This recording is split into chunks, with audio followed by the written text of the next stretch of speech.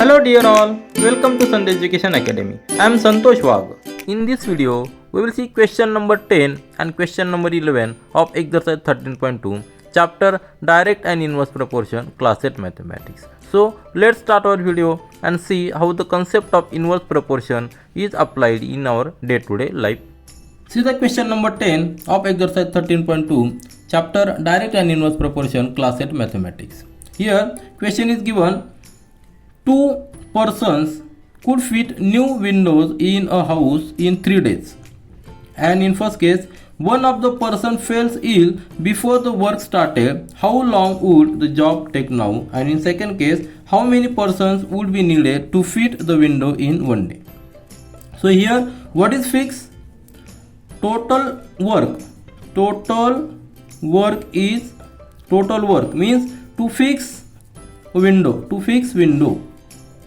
This task is fixed, isn't it? This task is fixed. This is very clear. This task is fixed. So, and what are the variables? Number of persons and number of days. These are the variables. So if x and y, these are, if we consider x as a number of, so if we consider number of persons as x and number of days to complete that work as y, if these are two the variables, if we increase one variable, other will decrease. So this is a case of inverse proportion, isn't it? Because our task is fixed, only variables are number of days and number of workers. So we will put this information in tabular form, that number of persons, I'll write here number of persons as x and number of days required to complete that task. And in first case, what is the first case? In first case, two persons, there are two persons and that can fit the window house in 3 days. So number of days are 3. Now in second case, what is given? One of the person falls ill. Before the work start. So there will be only single worker, isn't it? Number of person will be single, only one. And we have to calculate the number of days required to complete that task. So it is very clear, as number of persons are decreased, number of days will increase. And in third case also given, in third case, what is asked? How many persons will require? How many persons are required if we need to fit that window in 1 day? Means number of days are here considered as 1. See here, as number of days are decreased, surely number of persons will require more. So this is the case of inverse proportion, and we know in inverse proportion, product of different values of one variable to the corresponding value of other variable, that is x1 y1, here x2 y2 and x3 y3.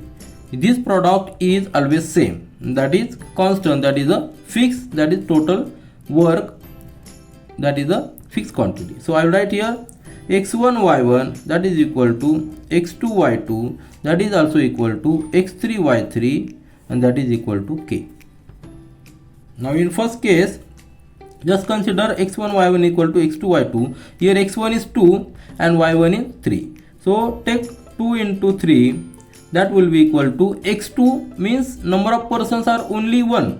In first case, we have to calculate number of days, that is y2. So here we will get y2 equal to 2 into 3, that is 6. So 6 days, or number of days are required 6 days. So in first case, in first situation, if only there is single persons, 6 days will be required to complete the same work. And now in second case, as only 1 day is there, so how many workers will be required? How many persons will be required? So that is x2, that is x1 y1 is equal to x3 y3, isn't it? So here x1 we know 2 and y1 we know 3. Then x3 we have to calculate. x3 means number of persons we have to calculate, as we have only single day, only one day, y3 is 1. So here again x3 we will get 6, and x3 is nothing but number of days, x3 is number of persons, so number of persons. So in both cases we have seen that as one variable is decreased, other variable is increased. So this is the case of inverse proportion. That's why as x increases, y decreases, because total work is fixed quantity. So these are our two answers. See the question number 11 of exercise 13.2, chapter Direct and Inverse Proportion, class 8 Mathematics. Here question is given, a school has 8 periods a day, each of 45 minutes duration.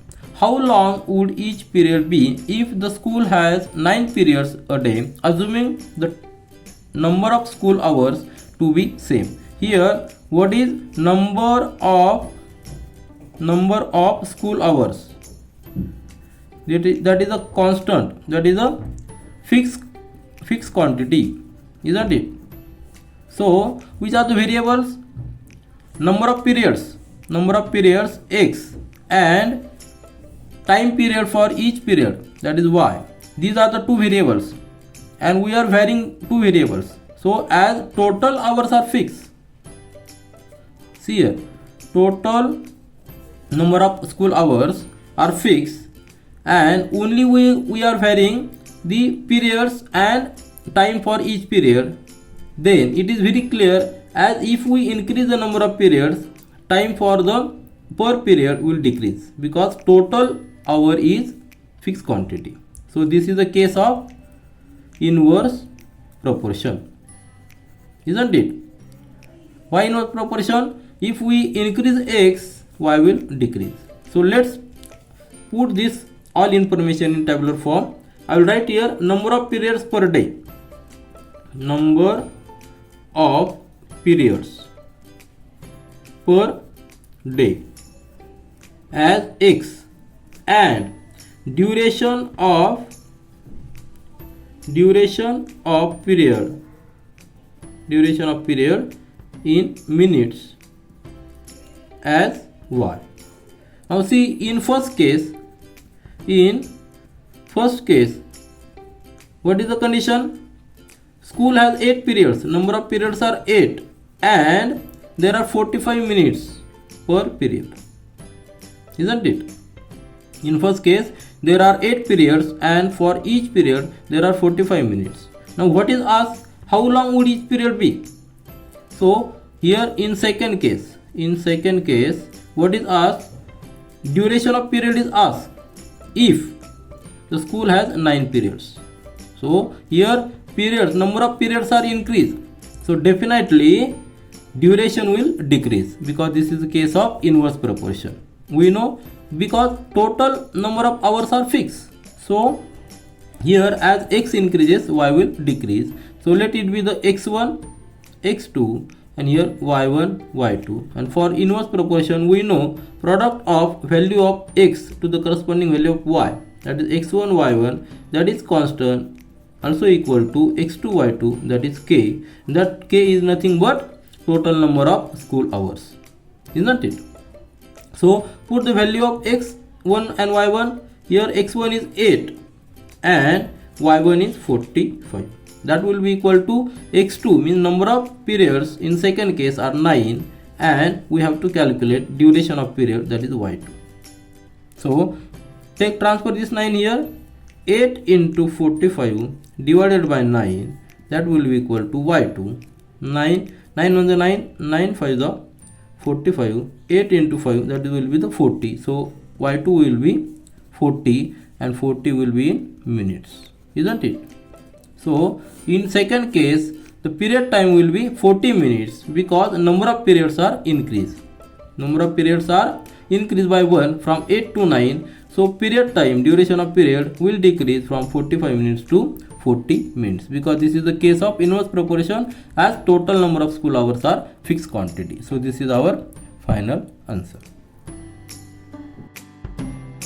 This is all for this video. We will meet again in our next video. Do learn, do enjoy. Thank you.